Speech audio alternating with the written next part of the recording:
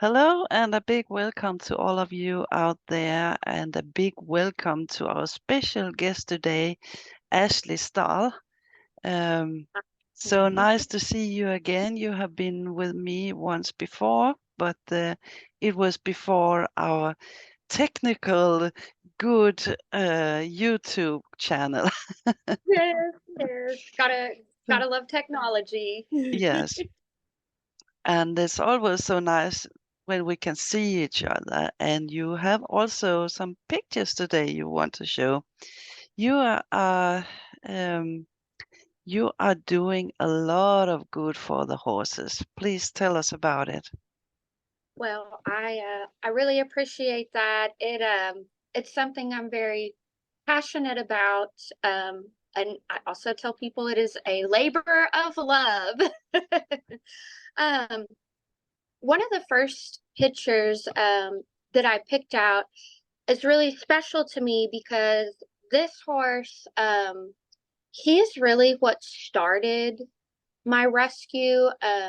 He was my first and probably one of my worst, skinny, malnourished, neglected horses. His name is Star. I've had him since the beginning of my rescue.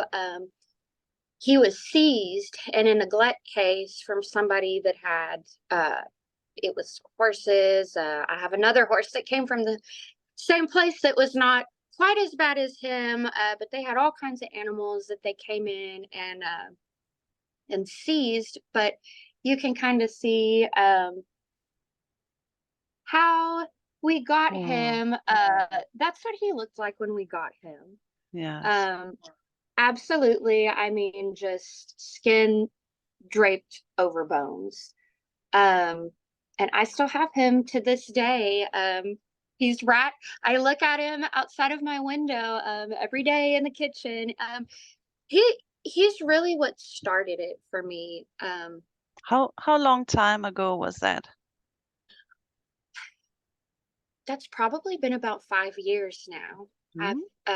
I've had him for about 5 years, and he'll never go anywhere. He's what really started things for me. As I learned with him what worked and what didn't work. He's really what started it for me, and it's really sad to think that some people can look at a horse like that. Yes, Uh, Day in and day out, because we all know horses do not get like this overnight.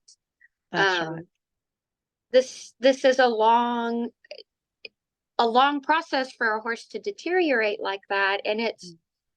I don't know, it's crazy to me that somebody can sit there and see a horse in that shape and not Mm. do anything. And I was told, of course, I never was able to talk to the owner directly, but from what I heard, he didn't see a problem with it, Okay. which is crazy. Yeah, that's Uh, crazy. How did you find him? um, Somebody had actually taken a picture. So he was at the our local animal shelter. Somebody had gone out to the animal shelter for whatever reason. I guess I think they were looking at a dog to adopt, and sent me a picture of him just on a whim and said, look at this horse that's out there. Yeah. Um, and I couldn't really believe that uh, he was in that kind of shape or anything. So I went out there myself, to look at him in person, and I said, you know, he needs to come home with me. Mm. Well, and the other thing, at the time, he was a stallion. I forgot about that. Nobody wanted to take a chance on him because not only was he in that condition, but he was a stallion.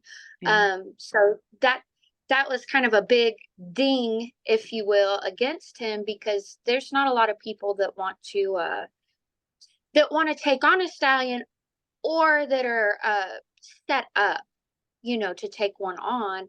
Mm. Um, so I went to go look at him in person, and I paid $50 for him.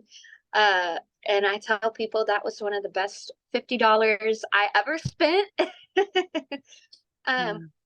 I don't I don't know if you Mm. probably can't tell, but there's actually a horse behind him in this top picture. That was a picture at the animal shelter, but I Yeah. actually have the horse behind him um was actually part of the neglect case seizure, and I can't be 100% sure, but since he was a stallion at the time and they came from the same place, I have a feeling that might have been his baby.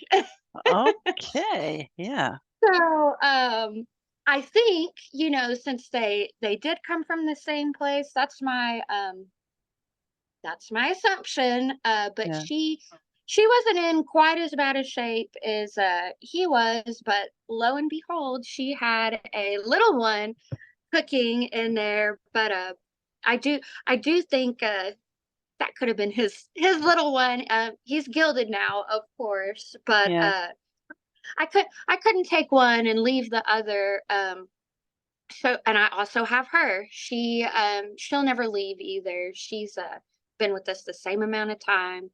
Um, and yeah, that was a exciting surprise to find out. We didn't know that. Um, she's she's not very keen on people. She kind of I call it appreciating people from a distance. Yeah. We have a few horses that just for some reason or another, um, just not really people horses, and that's okay. Mm. Um, doesn't bother us any, but she'll come up, she'll eat out of your hand, but she would rather appreciate us on her own time and from a distance. Mm. But Yeah, but you can understand her if she's not treated well. It's yeah, yeah. it's understandable why Yeah. some of these horses they haven't had a good life, Mm. so it probably took her about a year to actually come around to where she'll approach. She's halter trained and everything now, but it took a long time to gain her trust. For her to figure out that we're not going to hurt her. She's Mm. just able to live her life. And with a lot of them, sometimes it takes a while for them to decompress, and adjust, because I know who knows what's going through their head. Oh, Am I gonna move again? Am I going to get fed? So, yeah. And sometimes you just wonder that they would come to a human for the way they have been treated. So, yeah, there's hope yeah, for them. yes, absolutely. Animals are very forgiving. Mm. Especially considering when a lot of them have been through, they're very forgiving creatures. And we don't, I say a lot of people really don't deserve animals, but I'm Oh, happy to be where I am to be able to do what I can for some of these animals. yeah. Um, we had, So, so when you started out, it was for your own money, or did you start rescuing? And yeah, how did you do? well, I can tell you I started out with 2 horses, and now I have 62. Yes. So, it it started out, I wanted a horse. I had, big kid money, if you will, so I started out with the horse. Well, that horse needed a friend, and, it kinda grew from there, and I've always been an animal person. My mom is an animal person. That's always been in the family. But it grew as I would run across these horses like Star, my neglect case, my first one that I got. I wanted to help. Nobody else would step in. These more difficult ones, like him being a stallion, these more difficult ones. A lot of people, when they see these skinny horses, they don't want to. There's a lot of people that don't want to take a chance because Oh. It's difficult. It's a lot of Mm. money. Yeah. It's a lot of time. Um, You but you never know the damage may be in the body. right. Yeah. Um, you just don't really know. You never really know exactly what you're getting into, but I enjoy that. That is my therapy, if you will, for me, especially with these skinny horses. I'm pulling up. I had another three. I do work. I enjoy working with the law enforcement here locally, and with the community. That um, as things progressed, I kind of ended up being the person that people would call, hey, Ashley, we see a skinny horse. Is there anything you can do? I would approach the owners, is this an offer to pick on the horse, take care of them? And a lot of times the owners would just relinquish the horses to us. Um, but I guess just uh, over time, started helping more. So people would recommend me to other people that had horses in bad situations. We had another three that was from here local. This was it was actually three of them. I don't know if you can see Yes. The these. buckskin and the pinto. Yeah. Yeah, there was three of them. The Yes. owner the owner ended up just giving them to us. They knew they needed more than what they were able to give, and like that, it does depend on the situation. I Different people have different situations, different circumstances. I'm not here to blame the owners because we don't always know the situation. That's Mm. what I always tell people. One thing I notice is when we do come across a lot of these horses in poor shape, people are quick to blame the owners. Mm. And I understand that, but we also have to understand we don't know the situation. No. Um, we don't know. We don't know what those people are going through. Uh, we don't know. We've had instances where we got a horse and the owners had actually passed away, and nobody even knew the horse was out in the pasture or Hmm. whatever anymore. So that's one thing I tell people. I know a lot of people are quick to put the blame on the owner, but you You can't. never know. You never know. Right. Oh, that's right. That's one thing I tell people. You have to go into this with an open mind. I think I'm able to do that more just with my child protective services background. I've seen a lot, I've dealt with a lot. I think that helped me to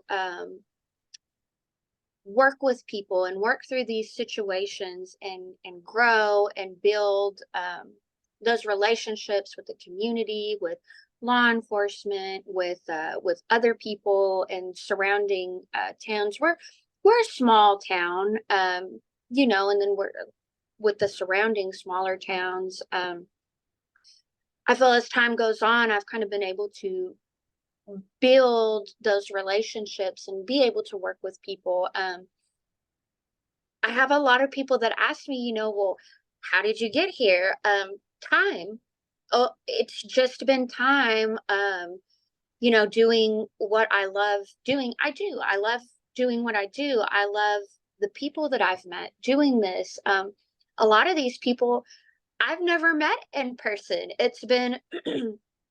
It's always been through the internet or Facebook. I've met some really wonderful people doing this, and it's been really fascinating to say the least. But really, it's just been over time, building these relationships and meeting these people that I have.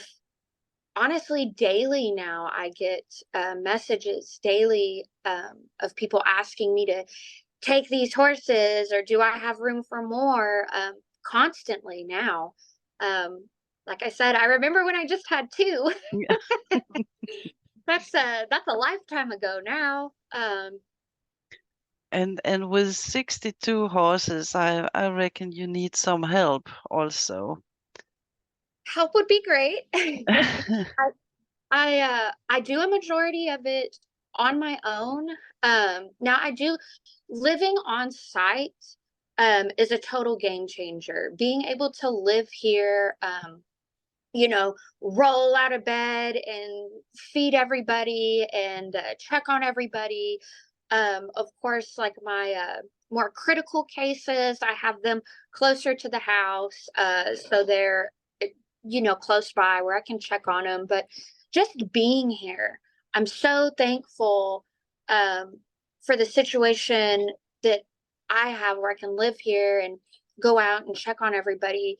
That is a huge help, and I'm very thankful for that. But it's a lot of work. Yes.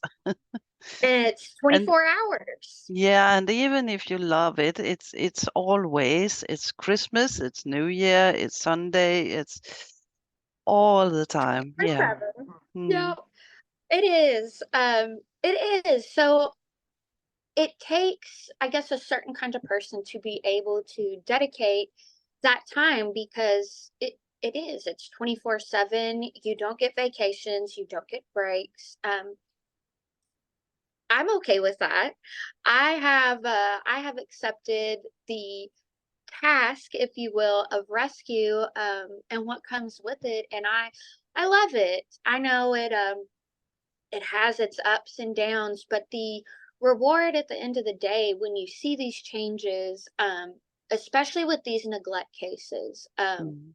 I we don't have a specific type of horse that we focus on, because I get that question a lot. Well, who do you work with? What kind of horses do you work with? I don't have a type or the type of horse. I don't have a certain kind of person. We work with everybody and everything. I say, excuse me, I say it's a case by case basis, because we really try to focus on the horses that truly do need help. Mm. Um, the skinnies, especially, the refeeding, because refeeding horses is an art. Yeah. Um, it really is, and a lot of people don't know how to do that, because it can be very difficult to refeed a horse correctly, because you can cause some damage if you don't do it correctly. And I've learned, just over the years by doing this, it's almost become second nature. I can't say that though, because each horse is different. You Mm. never know. You never know what you're going to get into until you actually get your hands on these horses. Because I always tell people, another question I get is, well, what do you feed? How do you do this? I can't give a recommendation. I mean, I can tell people what I do, but what works for one horse does not always work for the next horse. No. So that's And I think that I'm that is also a gift that you as a person see and feel that this is the right way for this horse and this is the right way for another horse. That you can feel it inside of you that now we are on the right path or not. I can yes, imagine that. Mm. definitely, definitely. It's I am always learning is what I tell people. I've got some wonderful advice from some people that have been doing this way longer than I have. And I tell people, one thing I kind of noticed in the horse world is there's a lot of people that um don't want to take criticism or aren't open to what other people have to say. And one thing I think that has definitely helped our rescue out is you got to have an open mind going into this, because there's people that have given me suggestions, for refeeding or whatever, that have been game changers. I mean, they approached me saying they didn't want to step on my toes, but I always tell people thank you. I'm always open to Mm. advice and what worked for other people, because in the horse world, you're always learning. No matter how long you've been doing this, I I tell people I learn something new every day.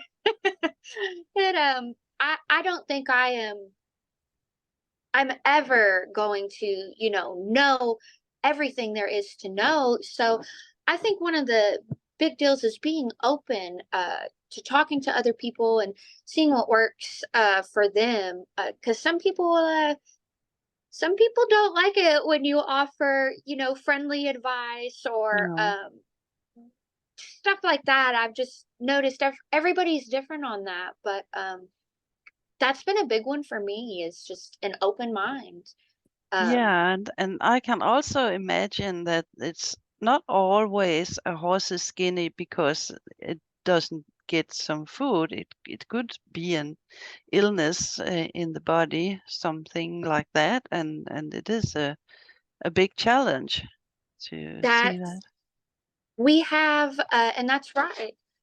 Sometimes it's not always a food issue. We had one. This horse has already been. She has been adopted by one of my awesome adopters that has been with us for several years. But we had. Her name was Sally. Oh. One of my favorite little Arabian rescues that we had come through. Um, she Now part of hers was definitely lack of food, but she actually had something going on in her gut where it took a little bit to figure out what she could eat. Because we went to the vet with her. It was pretty touch and go for several times. She kept colicking. We couldn't, figure out what was causing that, and we had to. I think we changed up her diet 3 or 4 different times, but it was a gut issue with her. Just diet. We had to feed her a certain kind of feed. She had really bad diarrhea for a long time. Um, but of course, lack of food, but it was also, other health issues like that Mhm. going on. Worms is a big one, Yeah. simply just being able to work.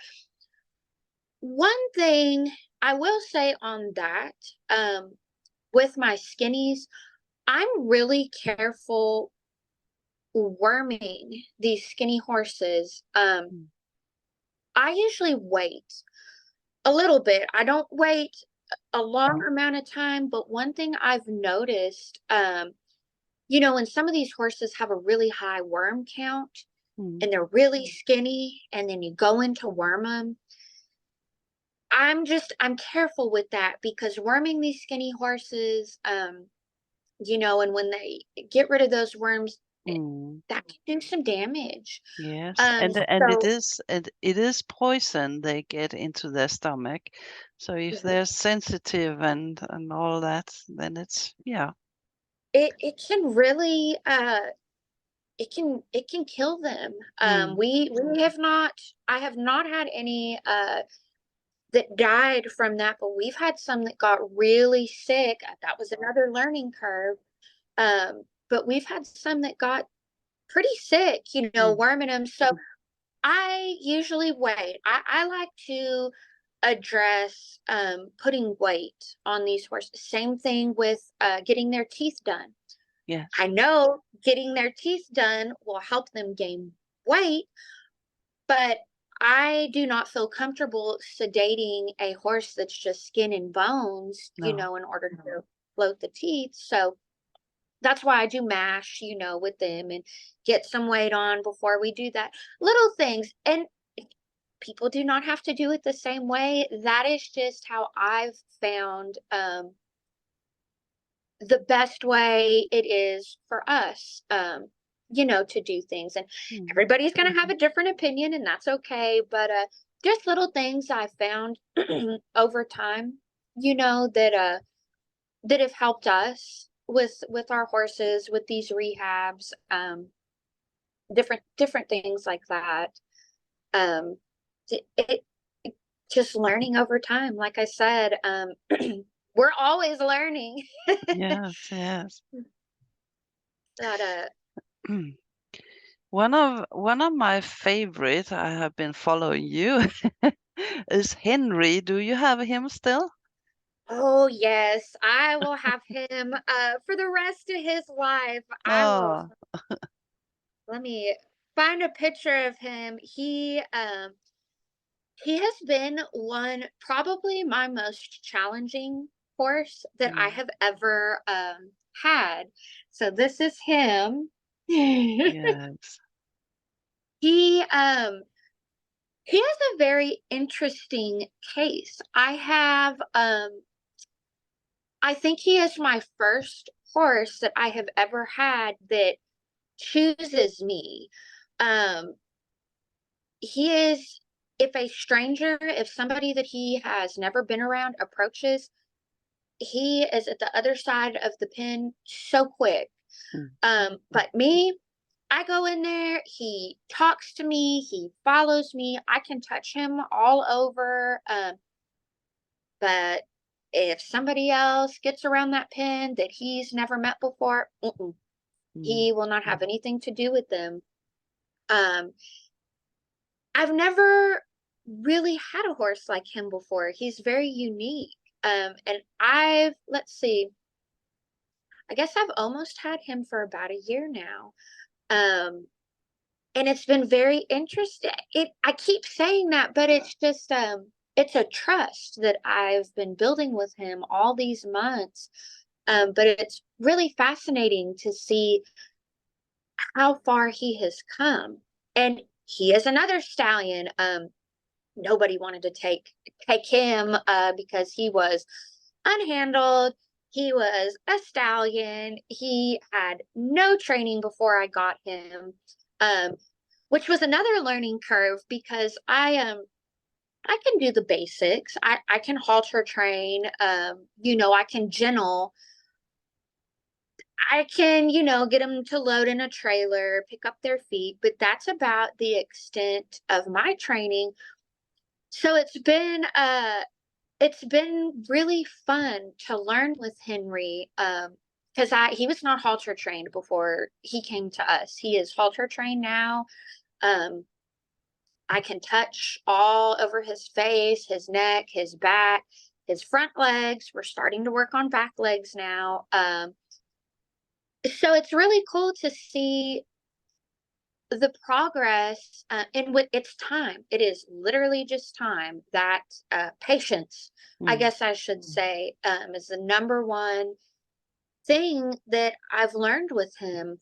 Um, every day, even if it's just 10 minutes a day, I go out, hang out with him, brush him. 10 minutes every day, yeah. and it's amazing to see his whole face lights up when he sees me. He knows Mhm. his name.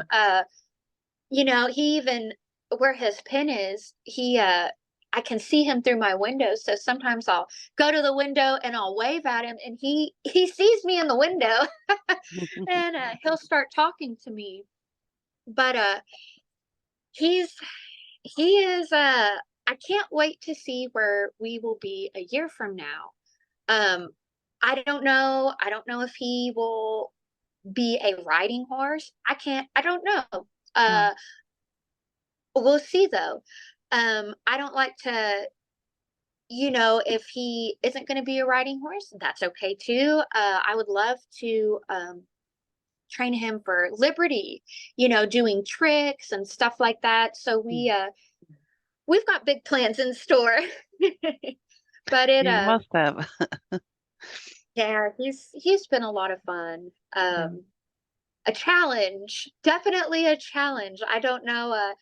I've been telling people now I see what the Mustang people in the world. Now I see what they enjoy, getting a untrained horse. I don't know. Henry could be a Mustang. I really don't know what he is. Okay.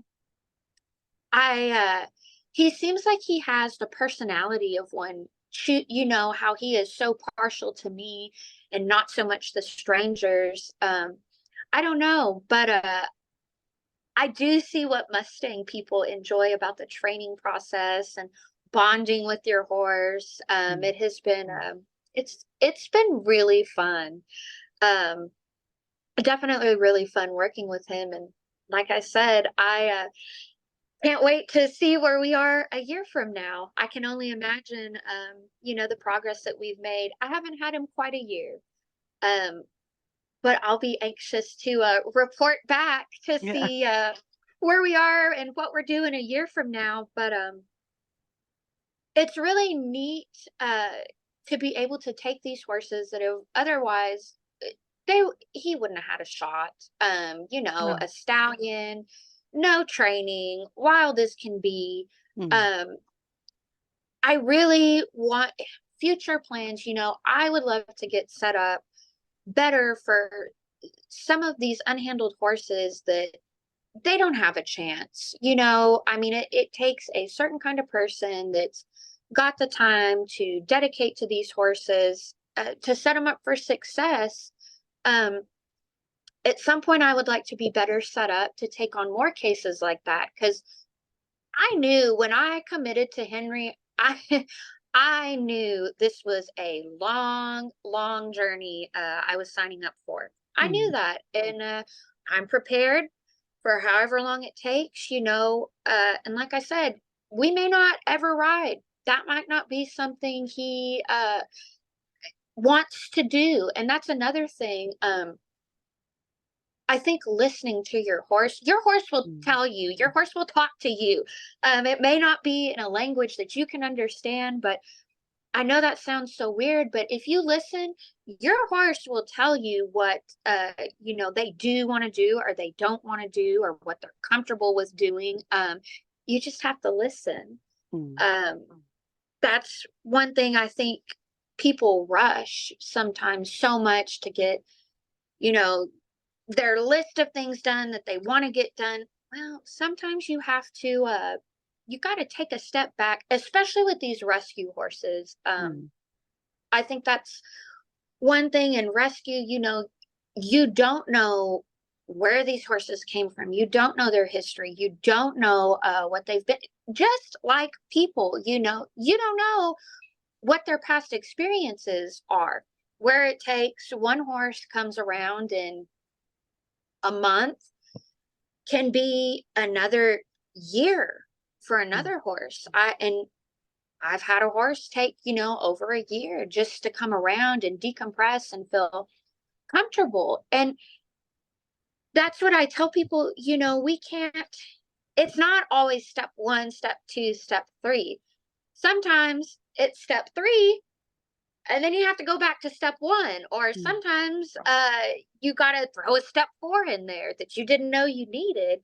Um, and it all boils down to patience. Um, patience and time. That's what I tell people. The biggest thing with the skinnies, with the like Henry, patience and time, patience, time, and understanding. Mm. You cannot be in a rush to do some of the things with these horses. Getting them to gain weight, getting them to earn your trust.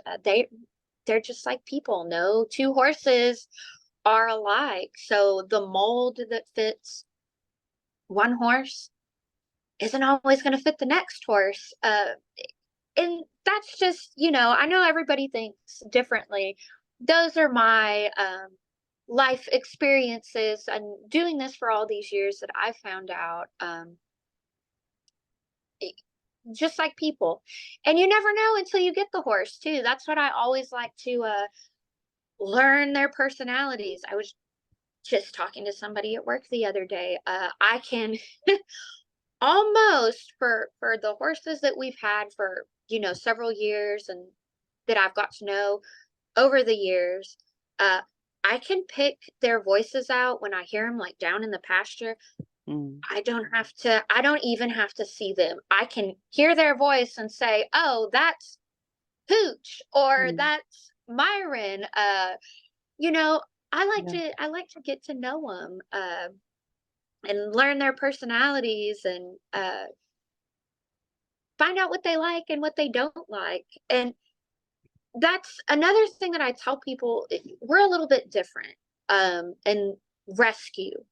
Um, I know a lot of rescues like to, and there's nothing wrong with helping horses, but a lot of rescues like to bring in these horses and adopt them out quickly, Mm. understandably, so they can make room for more horses. I don't. Sometimes we have these horses for a year or over a year, um, before we find the perfect match for them. And sometimes we don't. Sometimes we don't adopt them. Sometimes they end up staying with us for life. Um, I don't like to put a timeline on these horses. That's why we're a rescue and a sanctuary.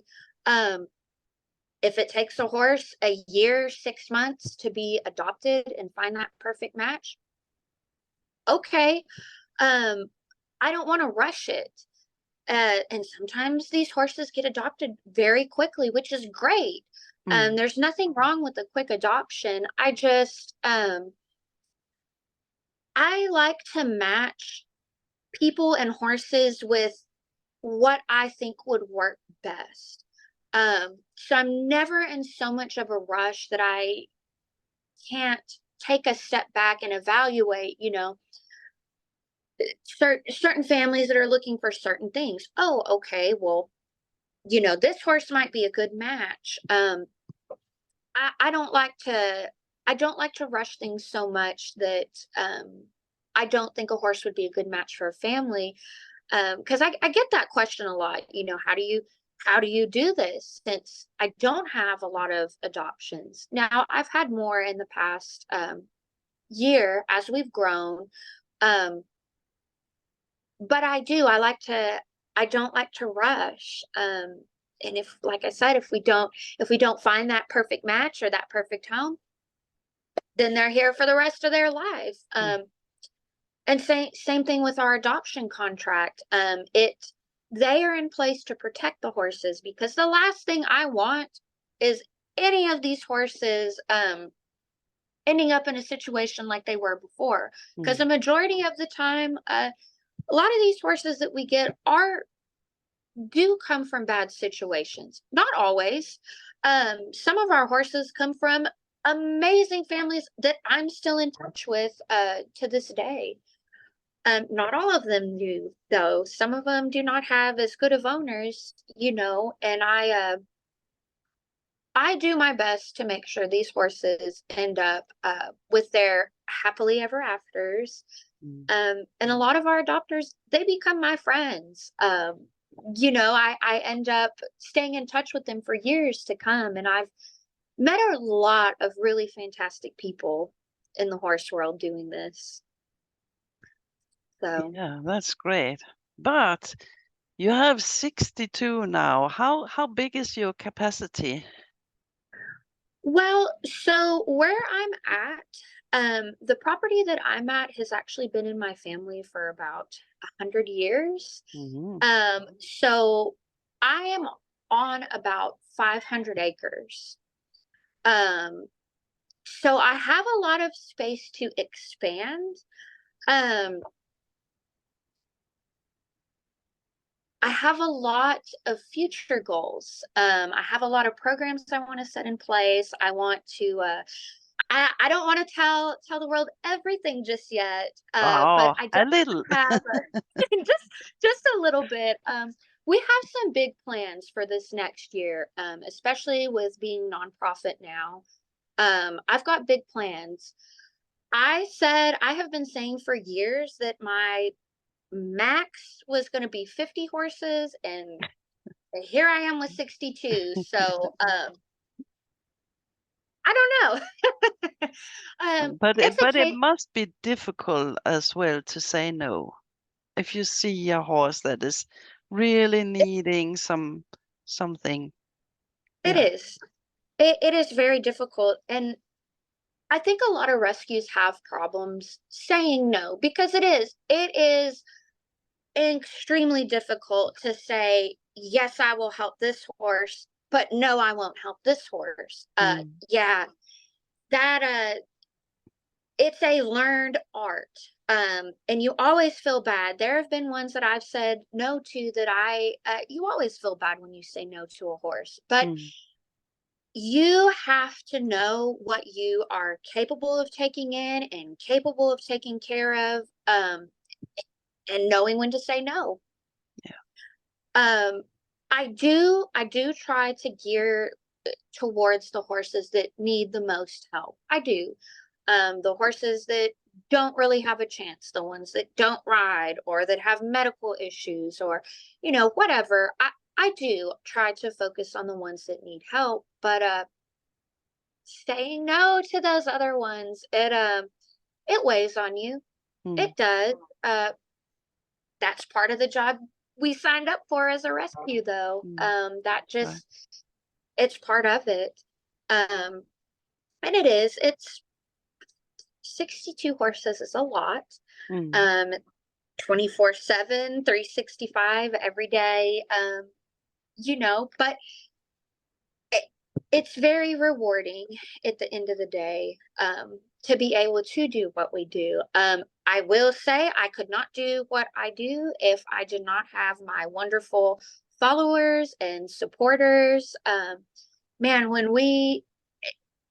it is such a fantastic, still crazy, even in all these years, when we have an ask, for feed, when we run our donation, asking for donations, or help to purchase a horse, it will always be such a crazy, interesting, really cool feeling to be able to ask people to help us, and we, receive that help.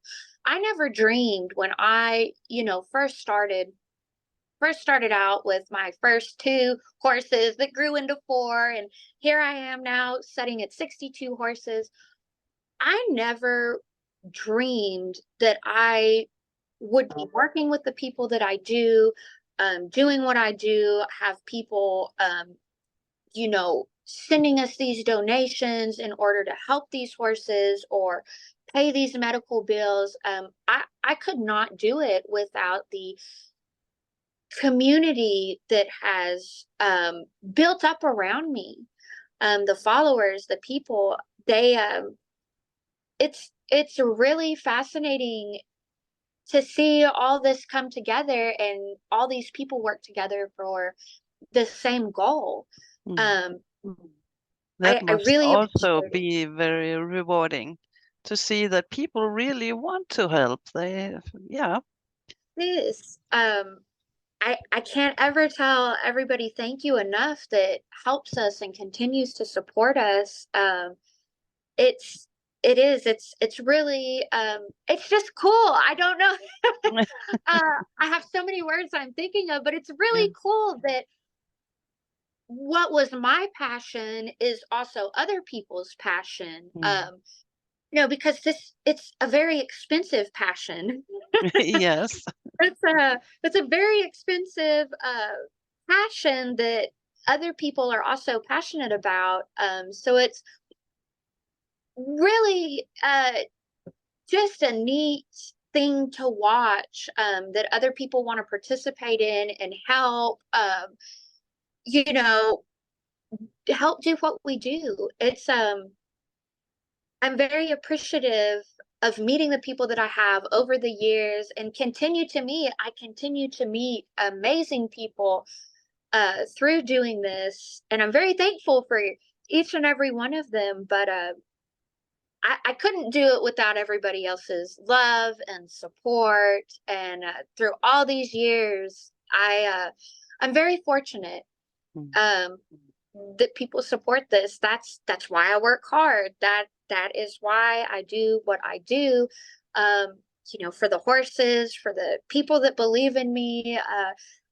I have a lot of people that believe in me, and a lot of horses that are depending on me Mm. to do my best. So that is what I do every single day when I wake up. 5 in the morning when I go out to feed with my little spotlight on in the dark, and when I get home feeding in the dark. I do it for them. I do it for the horses. I do it for the people that believe in me.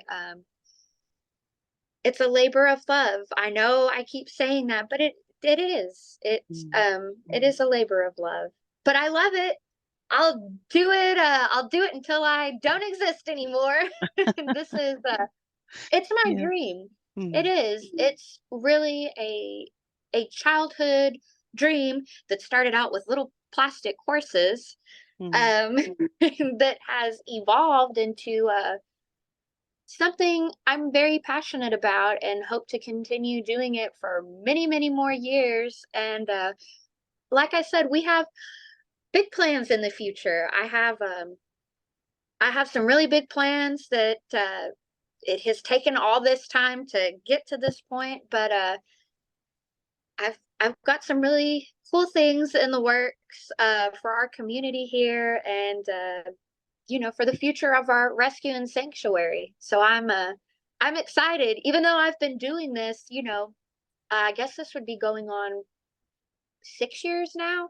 Um, there's there's still more to come. Yes, yes. And if people want to follow you or find you, where can they find you? I have so we right now are working on a website. I have somebody that is working on a website, getting stuff together, but right now we have a Facebook page. That is the best way to follow what we do. It's called All About Horses Rescue and Sanctuary. This is us. Yeah. Um so for anybody that wants to follow along and see what we do, that's where I post a lot of stuff, is on our Facebook page. I post a lot of stuff on my personal page too as well, but we'll hopefully soon we're gonna have our website up and running. So Yeah, Facebook. I will put the link out as well so people Okay. can find you. Thank you so much too. Yeah. We appreciate that. Yeah, I think you're doing a fantastic job, and it's so funny to follow you and see all these rescues go from skinny, small horses to happy, nice-looking horses. It's fantastic. Well, I appreciate that, and I appreciate that there's other people out there watching what I love doing. That it means a lot to me. Mm. I know I have a lot of people that are just as invested in some of these horses as I am, and it means a lot. That's great. Yeah. So time is running. So thank you so much for being here today. And Yeah. I hope you will be back again and we can hear about your big plans if you're going to follow through. And Definitely. yeah, thank you so much for coming. And Absolutely. thank you, all of you out there who have been listening. And I will put out the links so you can follow Ashley, or if you want to give a little money for these horses, they are really needing it. So thank you And please be here next week again and subscribe to our channel, because that means a lot to me. Thank you so much, Ashley, and Thank you. goodbye. Bye.